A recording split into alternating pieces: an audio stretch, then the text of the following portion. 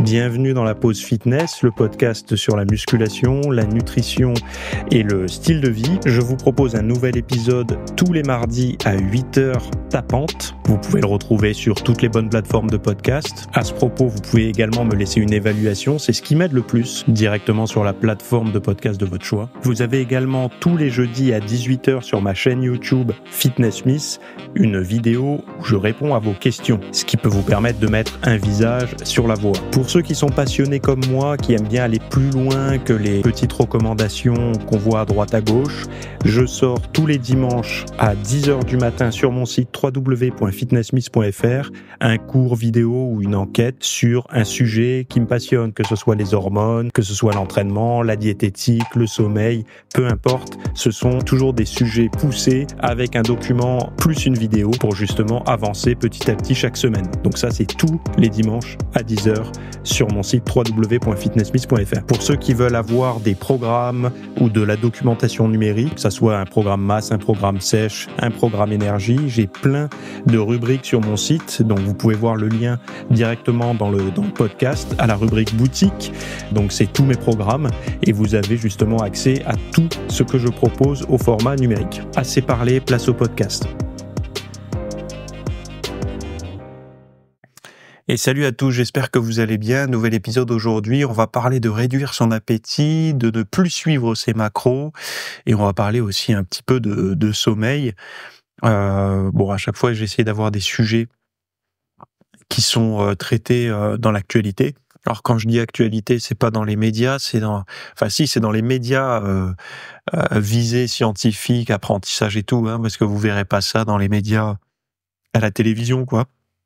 En tout cas, sont pas des choses qui font beaucoup d'audimat. C'est pour les personnes qui ont envie d'apprendre et de progresser. D'ailleurs, j'ai remarqué une chose, c'est que plus un sujet fait de l'audience, moins il apprend des choses.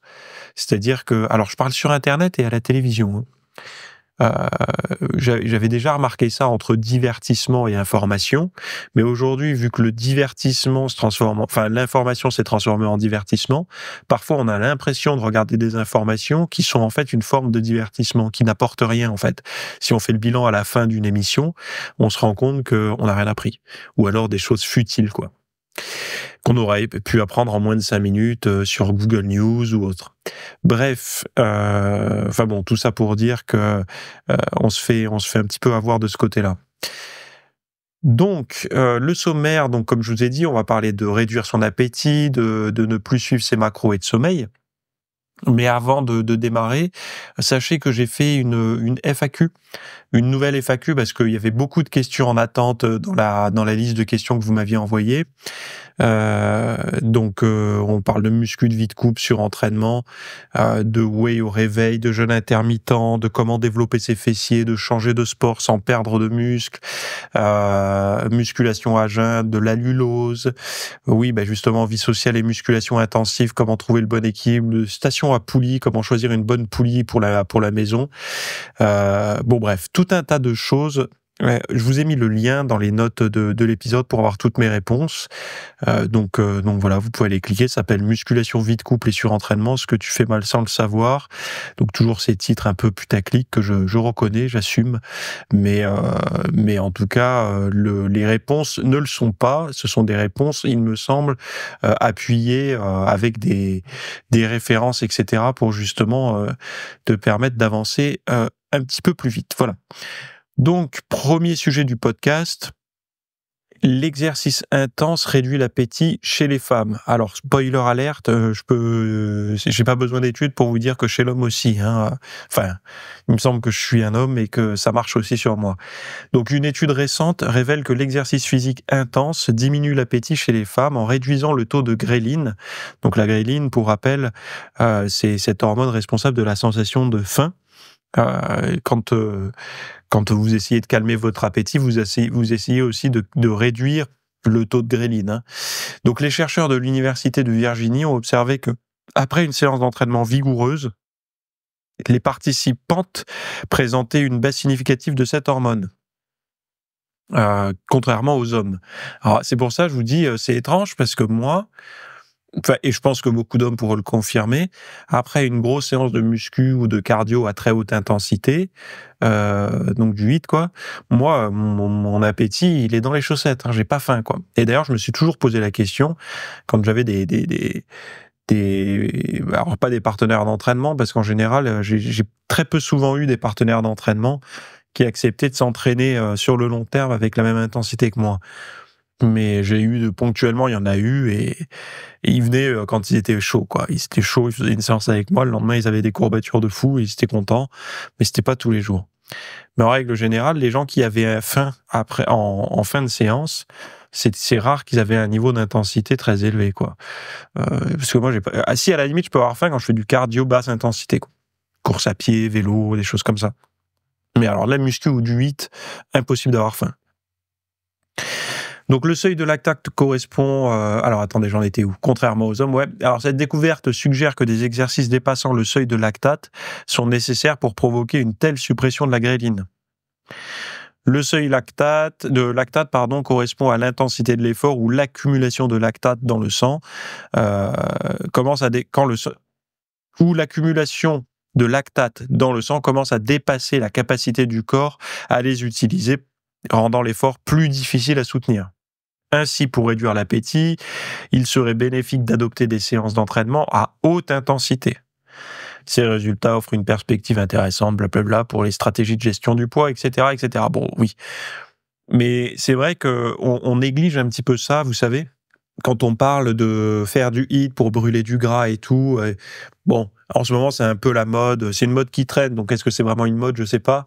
Mais pour beaucoup, le HIIT...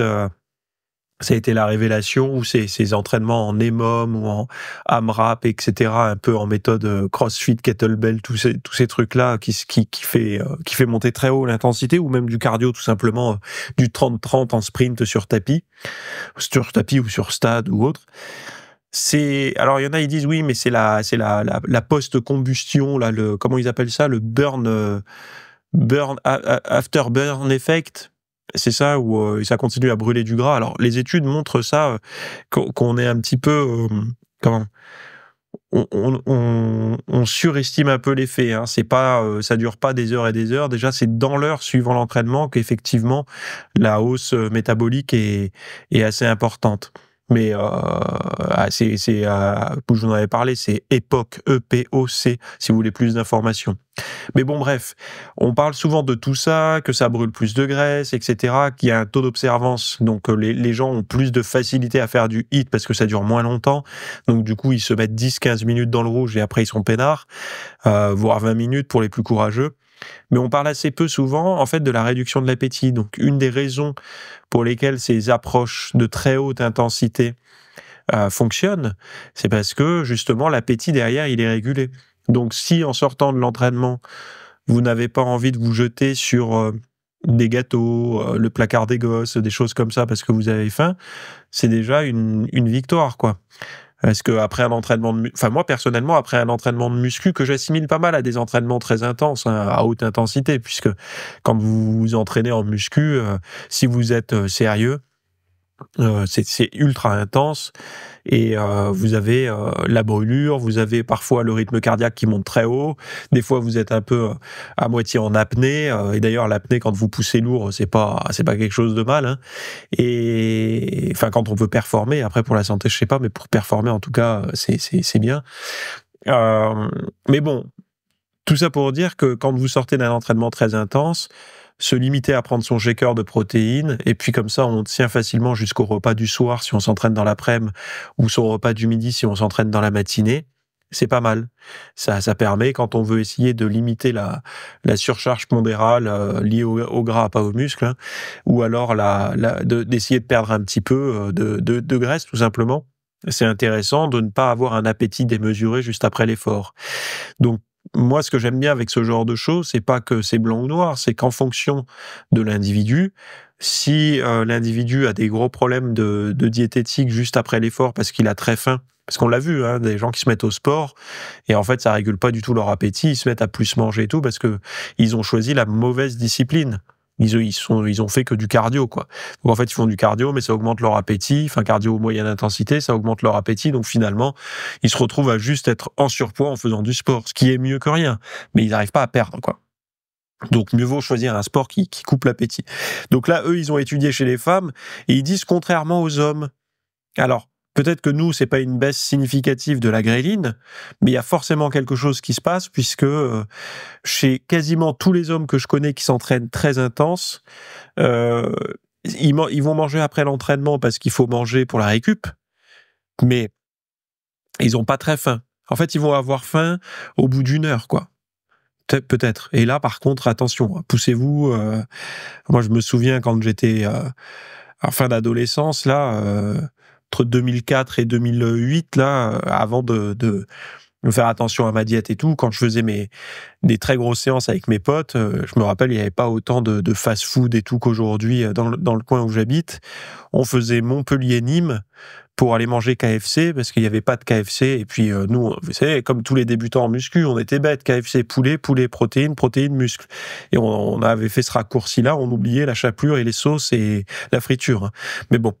Donc on partait en bagnole de la salle de muscu de Montpellier, on allait à Nîmes au KFC et donc il fallait à peu près entre le temps de partir et d'arriver, on mettait une petite heure quoi, et même s'il y a moins d'1 heure, hein, mais entre le temps de se finir la séance et d'arriver là-bas, de commander et de manger. Et donc on avait faim, mais par contre, on m'aurait dit, c'était juste en sortant de la salle. C'est pour ça de mettre un restaurant en sortie d'une salle de muscu, un truc où on se dit, je vais faire du chiffre, il y a la salle de sport à côté, c'est pas forcément bon, parce que les gens font la diète. Alors si, il faut mettre un restaurant diète, mais il faut plutôt se mettre là où il y a des trucs de cardio, quoi. Parce que c'est ce qui ouvre le plus l'appétit, cardio moyenne intensité, quoi. C'est ce qui ouvre le plus l'appétit. Bon. Sujet suivant, apprendre à manger sans suivre ses macros. Donc ça, c'est un article de lanutrition.fr, hein, juste avant. Et là, on est sur un article de Précision Nutrition. J'avais bien aimé cet article d'ailleurs, parce que j'ai à redire. Quand j'ai à redire, j'aime bien. Parce que je suis pas plus intelligent qu'un autre. Hein. J'aime bien donner mon avis et me penser plus intelligent. Hein. Donc voilà. Apprendre à manger sans suivre ses macros. Après des années à suivre rigoureusement ses apports nutritionnels, docteur Gabrielle Fundaro, donc Gabrielle 2LE, hein, experte en nutrition, a abandonné le suivi des macros pour une méthode plus intuitive. L'échelle de perception de l'effort alimentaire, aussi appelé le RPE, ça vous rappelle quelque chose? Eating. Donc RPE, c'est très utilisé en muscu, en sport. En fait, c'est un terme qui vient de la science pour comment on pourrait appeler ça? Ça permet d'évaluer la difficulté, le ressenti de l'intensité d'un exercice. Par exemple, ça va être noté de 0 à 10, et quand vous avez une perception de l'effort très élevée, ben vous allez dire j'ai un RPE de 8 ou 9. Et quand vous avez une faible sensation, par exemple une série d'échauffements et tout, vous allez dire j'étais à 1 quoi, en RPE. Mais là, en fait, ils ont l'échelle de perception de l'effort alimentaire. Donc RPE Eating.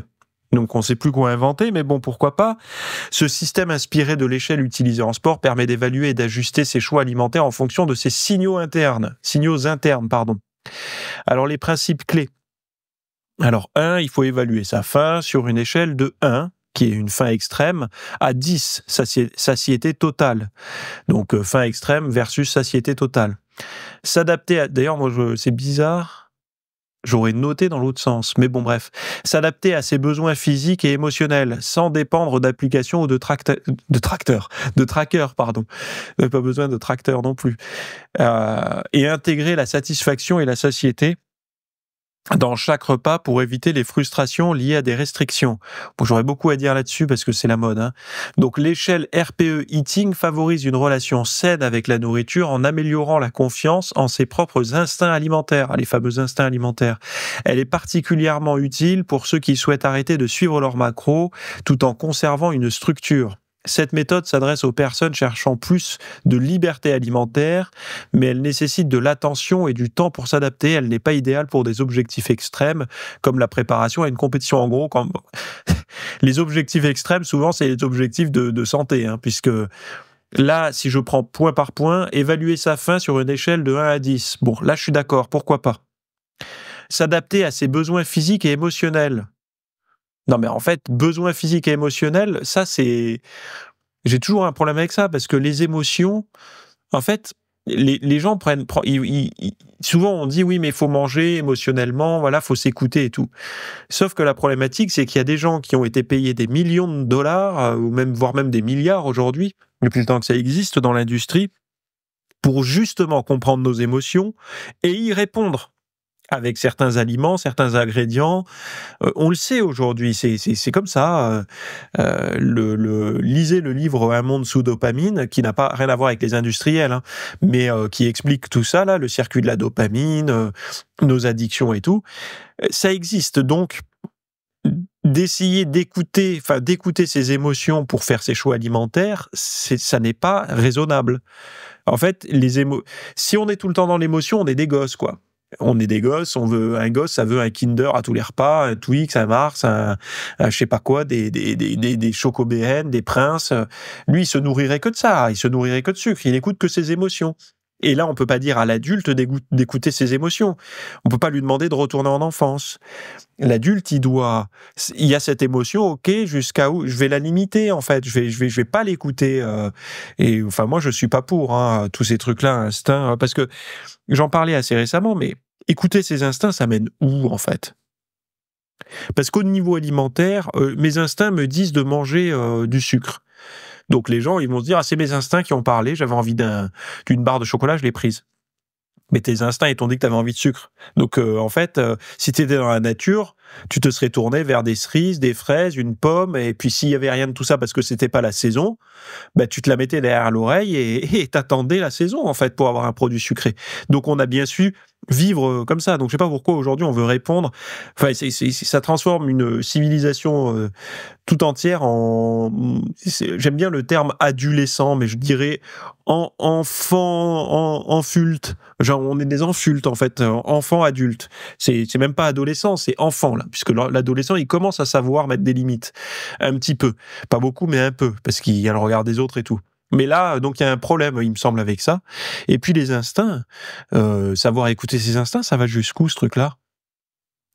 Parce que les instincts, justement, les gens qui écoutent trop leur instinct primaire, souvent, ce sont des gens qui finissent en prison, hein.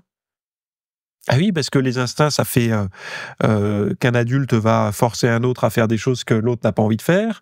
C'est sortir de la bagnole et lui écraser le nez sur son volant parce qu'il nous a pas accordé la priorité. C'est des choses comme ça. Alors, bien sûr, on y pense tous. Enfin, peut-être pas tous, il y a peut-être que moi, donc je suis un peu taré, mais à écraser le nez de quelqu'un sur le volant, pas le premier truc, hein.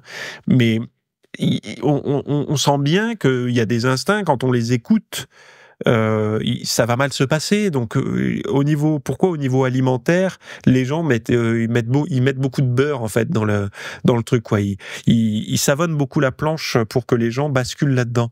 Alors, tant mieux, puisque ça fait encore de beaux jours au rayon des aliments ultra transformés. Mais quand même, si on se base sur l'échelle de la perception de l'effort alimentaire, je comprends, en fait, dans les faits, on a tous, évidemment, moi, si je prends, admettons, les 5 pires aliments, donc les pires aliments, ceux que j'aime le moins au goût. Alors, ça sera forcément des aliments c'est souvent des aliments qui vont être, quoique, il y a des aliments, même dans les malsains, dans les très sucrés et tout, que je vais pas forcément aimer. Mais on va prendre, typiquement, ceux que je consomme le moins. Qu'est-ce que ça pourrait être? J'ai pas... Le chou-fleur, j'aime bien. Le chou de Bruxelles, j'aime bien. J'ai pas vraiment d'aliments comme ça. Faut que je cherche. Et je suis un peu embêté parce que j'en ai pas vraiment. C'est plus des trucs avec de l'inconfort que des choses que j'aime pas vraiment. Bon, bref, on va partir du principe que quelqu'un qui n'aime pas, je sais pas moi, les brocolis, le lapin et je sais pas moi, d'autres aliments. 2, 3, 4 autres aliments. Eh ben, s'il compose sa diète que de ça, c'est normal, il va avoir l'impression de se forcer tout le temps. Mais en fait, dans les aliments sains, il y en a qui font plaisir. Je sais pas, il y a forcément un légume qu'on aime plus que les autres, il y a forcément une source de protéines maigre qu'on aime plus que les autres, il y a forcément une graisse saine qu'on aime plus que les autres, et un glucide de bonne qualité qu'on aime plus que les autres. Eh ben, il suffit, c'est ce que je disais, hein, quand on sent qu'on est un peu fragile émotionnellement, d'ailleurs, j'ai fait toute une vidéo sur les goûts, pour l'alimentation émotionnelle, pour justement aider les gens quand ils ont des problèmes comme ça, quand ils rentrent dans une période de fragilité où ils sentent que, au lieu de manger un carré de chocolat, ils en mangent 3 ou 4, au lieu de se dire, de se resservir une fois, ils se resservent, enfin, de pas se resservir, pardon, ils se resservent 1 ou 2 fois. Donc, quand ils ont une espèce de fragilité émotionnelle comme ça, de se tourner vers... Il faut connaître ses goûts. Donc c'est pour ça, j'avais appelé cette vidéo Hard Reset, les goûts. Il faut connaître ses goûts, et une fois qu'on connaît ses goûts, plus on est dans des périodes de fragilité émotionnelle, plus il faudra vraiment écouter ses goûts à l'intérieur des aliments sains pour justement manger, par exemple, moi typiquement, dans des périodes comme ça, ce qui va bien passer, ce sont des omelettes, ce sont les pizzas paléo. Vous savez, la pizza paléo avec la base chou-fleur, ça va être du chili, le chili fitness, là, toutes ces recettes dont je vous parle, elles sont sur mon site. Hein. Pourquoi ? Parce que ce sont des repas qui ont presque le goût du plaisir. Enfin, pour moi, c'est un plaisir, mais je peux pas dire plaisir universel, puisqu'il y a des gens qui vont dire, bon, pour un chili, moi, c'est pas le plaisir. Mais bon, bref, ça met du plaisir tout en restant dans les clous. Et plus les émotions sont fortes ou qu'on est stressé ou quoi, plus je conseille à tout le monde d'avoir son petit livre de recettes saines pour des périodes où les émotions sont un peu instables, quoi. Et c'est pour ça ils disent intégrer de la satisfaction et de la satiété dans chaque repas pour éviter les frustrations. Mais tout ça se fait une fois qu'on a compris. En fait, il manque toute une pédagogie avant ces conseils. C'est-à-dire que ces conseils, évaluer sa faim, tous ces trucs-là, RPE eating et tout, ça fonctionne chez des gens qui ont reçu une éducation nutritionnelle. C'est-à-dire qu'ils connaissent leur goût et ils savent suivre leur goût tout en mangeant sainement. Ils savent ce qu'est l'alimentation saine et pas saine. En fait, ils ont une culture de la diététique. Le problème, c'est qu'il y a des gens qui ont cette culture-là, qui vont se retrouver sur des plateaux de télé ou face à des gens sous forme d'influenceurs, en fait, hein, c'est des influenceurs, qui vont dire écoutez votre faim, si vous avez envie de manger un petit peu de céréales sucrées ou de gâteaux au goûter ou quoi, faites-le et tout. Mais ils le font d'une manière binaire, c'est-à-dire qu'ils vont toujours aller dans le sens de il faut manger un peu de tout, et particulièrement de ces choses-là que les autres vous interdisent. Sauf qu'ils font pas le travail de pédagogie pour apprendre, parce que les gens, en fait, qu'est-ce qu'on retient ? Si on dit à quelqu'un qui ne fait pas attention à sa bouffe mais qui a envie de maigrir, moi je t'autorise, il faut que tu manges un petit peu de gâteau, ça va rentrer dans la tête. Et la personne va se dire, ça va la déculpabiliser. Et en se déculpabilisant, en fait, ça fait aussi sauter les limites. C'est-à-dire que la personne va plus se mettre de limites. Mon diététicien ou ma diététicienne m'a dit que je pouvais manger des gâteaux. Donc en fait, ça fait sauter les verrous. La problématique, c'est qu'on ne dit pas les ratios. Par exemple, sur la journée, il faut avoir 85% d'aliments sains. Et c'est quoi des aliments sains ? C'est des végétaux, des glucides fibreux, des graisses très saines, des protéines maigres de bonne qualité. Et il faut que ça soit ça à 85%. Et après, 15%, ça peut être un peu ton chocolat, ça peut être, je sais pas moi, un produit laitier, un morceau de fromage, par exemple, des choses comme ça. Sauf qu'il y a des gens, ils mettent tout dans le même panier. Ils vont mettre la crème dessert, le fromage et les brocolis dans la même chose, en fait, dans le même équilibre. Ce qui me semble déraisonnable et malhonnête en plus. Parce que souvent, ceux qui le mettent dans le même équilibre savent que ça va pas dans le même équilibre. Mais ils disent pour pas frustrer les gens, parce que santé mentale, etc. Parce que ça aussi, c'est la nouvelle mode, de dire que la santé mentale... En fait, on ne veut pas frustrer les gens parce qu'aujourd'hui, la santé passe aussi par la santé mentale, et que de frustrer les gens au niveau alimentaire, ça nuit à leur santé mentale. Mais en fait, ils prennent le problème dans l'autre sens. Puisque avoir besoin de manger des aliments ultra transformés et très sucrés, c'est déjà avoir un problème de santé mentale. Puisque de se rassurer avec la diététique, C'est déjà un problème de santé mentale. Une fois, Gundil avait dit quand ta diététique est quand pour te faire plaisir dans la vie, t'as que la bouffe, c'est que t'as une sacrée vie de merde. Alors, il est un peu extrême, je dis pas, mais parce que tout le monde aime bien manger et ça fait plaisir. Mais dans le fond, il a pas totalement tort non plus. C'est-à-dire que quand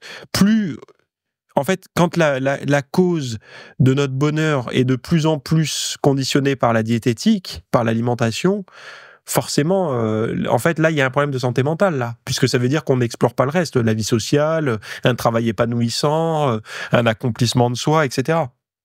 Et on devrait plus s'appuyer là-dessus, et en équilibrant ça, et c'est d'ailleurs une vidéo que j'avais fait, je vous invite à aller voir, ça s'appelle Acte contre je sais plus quoi, sur la vignette, vous avez, je crois que c'est Homer Simpson qui est en train de manger, où je parle des valeurs, de connaître vos valeurs. C'est très important. Si vous connaissez vos valeurs et vous allez dans le sens de vos valeurs, ça donne du sens à votre vie. Si vous donnez du sens à votre vie, toutes ces pulsions émotionnelles non dirigées et donc qui vont être souvent captées par le frigo ou le placard à gâteaux, et ben ça disparaît en fait. Enfin, ça disparaît. Ça se réduit fortement. Mais pour ça, il faut équilibrer sa santé mentale ailleurs que dans la diététique. C'est pour ça les gens qui disent pour avoir une bonne santé mentale, il faut manger tout. En fait, ils prennent le problème dans l'autre sens. Moi, je pars du principe qu'une personne qui mange trop sucré, trop de transformé et tout, c'est déjà qu'il y a un problème de santé mentale. C'est déjà qu'il y a une... Et en fait, ces émotions sont très fortes et elles tamponnent avec des aliments, ce qui n'est pas sain, de tamponner comme ça les émotions avec des aliments ultra sucrés et tout. Donc, le problème de santé mentale est là.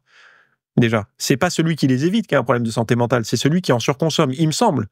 Après, évidemment, il y a un discours qui fait vendre et qui remplit les rayons et un autre non. Mais moi, en fait, moi, je reviens toujours à l'origine, c'est-à-dire ces aliments, nous n'en avons pas eu besoin pour survivre jusqu'à aujourd'hui, et ces aliments ne nous ont pas guéris de maux du passé. Hormis dans les pays qui manquent de nourriture, d'envoyer effectivement des produits avec beaucoup de conservateurs, ça permettait de nourrir la planète. Donc, effectivement, pour la famine, ça peut servir, mais je veux dire, ce ne sont pas des médicaliments, ou je sais pas comment, non, des alicaments, on appelle ça. Ce ne sont pas non plus des aliments qui guérissent. Au contraire. Donc, il n'y a pas de progrès de ce côté-là. On se rend bien compte que les aliments d'avant étaient quand même mieux. Après, je parle pas de la médecine, de la conservation, de tous ces trucs-là, c'est un autre sujet. Je parle vraiment des aliments, de la qualité des aliments. Donc on n'y a pas gagné de ce côté-là.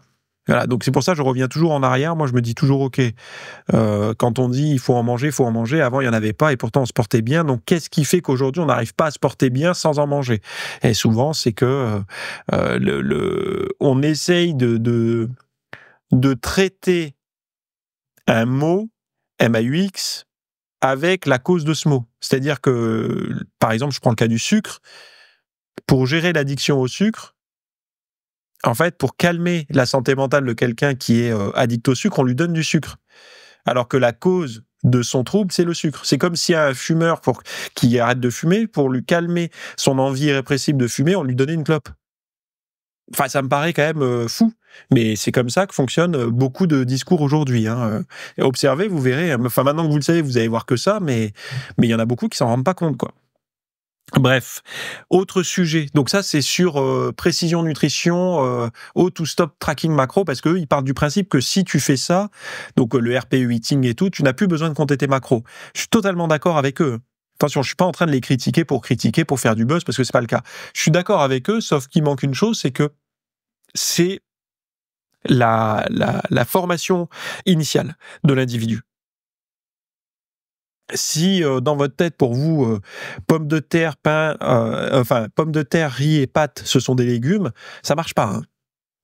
Parce que je dis ça, il y en a qui éclatent de rire, mais c'est la vérité. Il y en a qui pensent que les pommes de terre, tous les féculents, moi je mets les pommes de terre dans les féculents, sont des légumes au même titre que les haricots verts, les brocolis.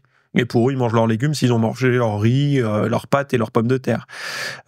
Problème. Si on a ce niveau de formation, et qu'on veut faire du RPE eating, on est mal barré.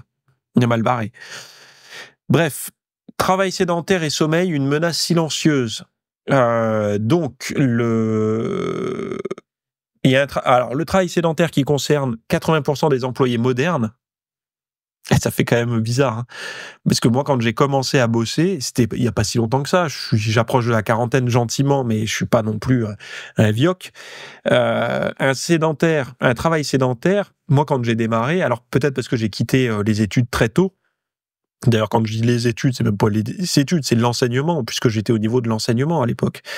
Euh, Ce qui s'offrait à moi, c'était que du métier physique. Donc pour vous dire, j'ai fait de la mécanique, de la manutention, du déménagement, de la sécurité, des métiers comme ça, où j'ai beaucoup servi d'ailleurs l'autre plus que moi-même. Mais bon, moi je pense que c'est un peu j'aime bien, ça me rappelle le conte de Jean Defer, vous savez, des frères Grimm, là. D'ailleurs, je vous invite à le lire, il est en libre accès. Pour tous ceux qui sont des hommes qui ont envie de passer de l'enfant à l'adulte, lisez le conte Jean Defer. Il est disponible en libre accès, et c'est un peu là le cheminement que moi j'ai eu quand j'étais fin d'ado, début adulte, quoi. Et il n'y avait pas de travail sédentaire qui s'offrait à moi. Et pourtant, quand j'étais en train de bosser, à poncer des bagnoles, à débosseler des ailes de voiture et tout dans le froid parce qu'il n'y avait pas le chauffage, en hiver, à laver les bagnoles des clients où le tuyau était gelé, il fallait que je le martèle pour faire couler les glaçons, pour laver les bagnoles, des fois des clients qui étaient mes crades de chez crade, hein, où on retrouvait des crottes de nez collées sur le côté des sièges et tout. Enfin bon, bref, j'en passais des meilleurs. Je vous garantis que j'avais qu'une envie, c'est d'avoir le boulot de la secrétaire ou des patrons qui avaient le cul vissé dans leur chaise, en train de passer des commandes de pièces. Alors forcément, j'avais pas la conscience du stress et tout d'un métier du leur, mais moi je voyais que leur confort, je voyais que le petit soufflant à 22 au-dessus d'eux, à 22 degrés, où eux ils étaient en maillot ou en chemisette, où moi j'avais le bleu de travail par-dessus la polaire et le bonnet élégant, et malgré tout j'avais quand même froid. Enfin bon, voilà quoi. Et donc aujourd'hui, un travail sédentaire, c'est 80% des employés modernes. Alors ça augmente de 37% le risque d'insomnie. Selon une étude dirigée par Claire Smith, psychologue à l'Université de Floride du Sud, donc ces emplois aux horaires atypiques aggravent encore la situation, donc d'avoir un travail sédentaire et avec des horaires en décalé, par exemple si vous travaillez de nuit, avec un risque de 66% plus élevé de devoir compenser le manque de sommeil par des siestes ou des grasses matinées. L'étude publiée dans le Journal of Occupational Health Psychology s'appuie sur les données de plus de 1000 travailleurs sur 10 ans. Elle identifie 3 profils de dormeurs, ceux au sommeil stable, ceux compensants et ceux en proie à des insomnies chroniques. Les travailleurs sédentaires tombent majoritairement dans la dernière catégorie, souffrant de fatigue diurne, donc de fatigue durant la journée, la tête dans le cul quoi, de troubles de l'endormissement et de réveils fréquents. Donc fatigue diurne, ça veut dire fatigue durant la journée. Donc, vous vous réveillez, vous êtes pâteau, vous traînez la patte la journée, vous bâillez, vous sentez que vous êtes pas, la pile elle est pas pleine quoi. Trouble de l'endormissement, ça veut dire quoi? Ça veut dire qu'en plus de ça, non seulement vous avez la tête à l'envers toute la journée, mais quand il est l'heure d'aller dormir et de s'endormir, le sommeil il vient pas forcément facilement. On pourrait se dire, oh, attends, je suis rincé toute la journée, je fais que de bâiller, et là je mets ma tête sur l'oreiller et je m'endors pas. Et les réveils fréquents. Donc ça, c'est une fois que vous avez trouvé le sommeil, vous savez ce que c'est hop, vous ouvrez les yeux, vous vous dites cool, je suis en pleine forme, je me suis réveillé avant le réveil, nickel. Bon, quelle heure il est? 3h du matin. Fuck. Et là, faut se rendormir, impossible. Donc voilà, donc ces choses-là. Et les gens qui ont un travail sédentaire sont plus touchés par ça. 90% des insomnies persistent après une décennie, soulignant l'urgence d'agir. Alors Smith recommande d'intégrer la santé du sommeil dans la conception des postes en favorisant le mouvement et des horaires régulières pour préserver bien-être et productivité. Moi j'ai envie de vous dire kettlebell les gars. Vous mettez une kettlebell, chaque bureau est livré avec une chaise, un écran et une kettlebell à côté. Moi je mettrais un timer de CrossFit là au mur là dans les bureaux et toutes les heures ça sonne et chacun fait 20 swings. Alors nouvel employé, vous n'avez jamais rien soulevé. Alors c'est bien, on vous l'offre la kettlebell, vous pouvez la ramener chez vous, l'emmener en vacances, faire ce que vous voulez. Par contre, il faut qu'elle soit présente tous les jours au boulot comme vous. C'est-à-dire que si vous la prenez pas, c'est comme si vous venez sans votre... c'est votre matériel de travail, quoi. Moi, je pense qu'il faut l'intégrer là-dedans, dans le matériel de boulot. Et parce qu'on a vu que les études montrent que de travailler debout, c'est mieux que rien, mais c'est pas top, en fait, que d'être immobile. Et par contre, les études ont montré que d'inclure de la stimulation intense ponctuellement dans la journée, c'est bien. Alors ponctuellement, mais régulièrement quand même. C'est-à-dire que toutes les heures ou dès qu'on se lève. Moi, j'ai une technique, je vous en parlais dans un autre podcast. À chaque fois, je me lève de mon bureau, ou que je bouge de mon bureau, parce que des fois je suis debout, des fois je suis assis, je passe devant une kettlebell de 20 kilos que je mets volontairement en travers de mon passage. Et je fais 20 swings. Donc je dois faire dans la matinée 150 swings, quoi, en tout. Mais c'est ponctuellement, voilà, et je contracte bien les fessiers à chaque fois pour bien faire circuler le sang et tout. Et moi, je trouve que ça fait du bien déjà, et on sent que le corps, bon déjà moi j'ai un super sommeil, mais on sent que le corps nous remercie, quoi. Et j'ai moins de douleur au bas du dos, moins de raideur. Vous savez, quand on se lève d'une chaise et qu'on a le bas du dos qui nous dit hop hop hop, tu t'es levé trop vite, ben ça c'est moins présent, quoi. Donc kettlebell, quoi. Kettlebell, prise de poste, kettlebell, tu commences à 8 si t'es une nana, à 10 si t'es un homme, ou à 12 si t'es un homme. Et parce que c'est à peu près les poids de début. Et puis tu commences comme ça. Au bout d'un an d'ancienneté, tu passes à 12 pour une nana, et puis à, je sais pas moi, à 14 ou 16 pour un homme, et ainsi de suite. Et puis voilà, comme ça on peut voir à la fois ton ancienneté par la taille de ta kettlebell. Ça pourrait, enfin, je suis vraiment dans un monde parallèle quand je vous dis tout ça, mais quand même, ça me semble intéressant, surtout si on a envie de mieux. Alors aujourd'hui, je sais qu'il y en a beaucoup qui ont l'opportunité de faire du télétravail. Alors on me la fera pas à l'envers, je sais que autour de moi, je vois le nombre de personnes qui a du télétravail, et moi, ça, je trouve ça génial, hein, aussi bien pour l'écologie que pour la santé mentale, que pour tout un tas de choses, hein. Le télétravail, je suis pas du tout d'accord avec Sarko, même si je le rejoins sur plein de choses, sur ça, quand il dit le télétravail, c'est plus de la télé que du travail. Je suis pas d'accord avec lui. Il y a beaucoup de productivité qui a été augmentée quand on a laissé les gens tranquilles, quoi. Ils ont pu commencer à bosser à 8 heures sans les bouchons et tout. Non, ça je pense qu'il a tort, enfin je sais pas, j'en suis convaincu, il a tort là-dessus. Alors peut-être il pense à des services particuliers, mais en tout cas dans le privé, dans le travail, ceux qui avaient l'accès au télétravail, ils sont pas cons, ils se disent si je suis plus productif et si je suis meilleur, mon patron il va me dire attends, ça marche mieux quand il est chez lui. Donc c'est beaucoup plus facile à négocier après, quoi. Donc voilà, le télétravail, moi je trouve ça super. Et ben, quand vous êtes en télétravail, c'est le moment justement, quand vous allez au cabinet ou que vous allez chercher un thé ou un café, ben, vous passez devant votre kettlebell, hop, 20 swings. Voilà. Et ben ça, c'est une bonne technique. Et puis, je trouve que la kettlebell s'intègre bien à ça. Parce que j'ai essayé avec halter, faire des curls et tout, mais on se retrouve à faire que les bras, alors que les swings, c'est plus global, quoi. On peut faire des pompes aussi, mais c'est pas pareil. Mais je trouve que les swings, ça a vraiment un côté inversé à la posture de travail, quoi. C'est surtout si on fait vous savez, les swings où on tire. Je crois que ça a un nom, high pull, un truc comme ça. Vous faites le swing, mais au lieu de laisser les bras partir devant et étirer vos bras vers l'avant, en fait, vous faites comme un rowing. Alors, faire gaffe, hein, si vous n'avez pas l'habitude, ça peut finir dans les dents. Donc, et vous le ramenez. Alors, moi, je le ramène sur la poitrine. Je le ramène pas sur le visage. Comme ça, on tire un peu les épaules vers l'arrière, quoi. Bref, je m'attarde, mais ce sont des choses... En tout cas, si vous avez un travail de nuit et un travail sédentaire, danger. Si vous avez que le travail sédentaire, danger aussi. Le but étant de remettre de l'effort. Il faut vous dire une chose, c'est que le travail moderne assis n'est pas du tout physiologique. Et si vous avez un mauvais sommeil, vous pouvez avoir toutes les bonnes routines d'avant. Alors, je me couche à heure fixe, je suis toutes les recommandations de Brian Johnson, machin chose et tout. Mais pourtant, je dors pas bien. Regardez de quoi est composée votre journée. Et pourquoi pas, avec l'application Journal, là, je commence à m'en servir gentiment là, sur l'iPhone, notez votre sommeil.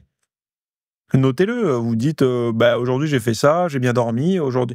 Comme ça au moins vous pouvez voir si les jours où il n'y a pas de sport, les jours où il y a du sport, les jours où vous avez, je sais pas, été en extérieur, vu la lumière du jour tôt dans la journée, des choses comme ça marche ou pas, quoi. Voilà. Bref, Donc, si vous avez envie d'en savoir plus, je vous ai mis tous les liens, comme d'habitude, pour aller lire les articles dans leur intégralité, pour aller voir toutes les sources.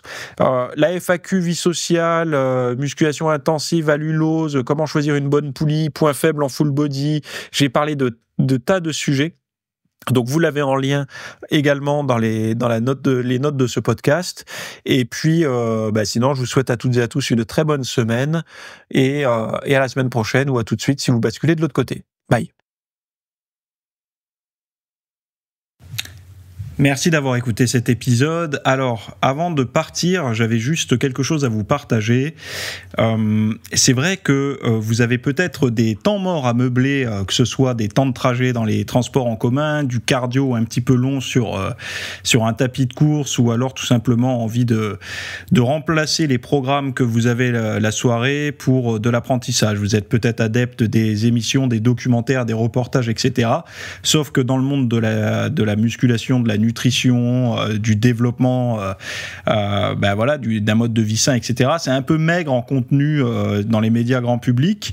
Et donc, ce que je vous propose, moi, personnellement, c'est d'aller faire un tour dans la bibliothèque alors, c'est un Netflix version fitness privée qui vous coûtera moins cher qu'un lavage auto rouleau par mois.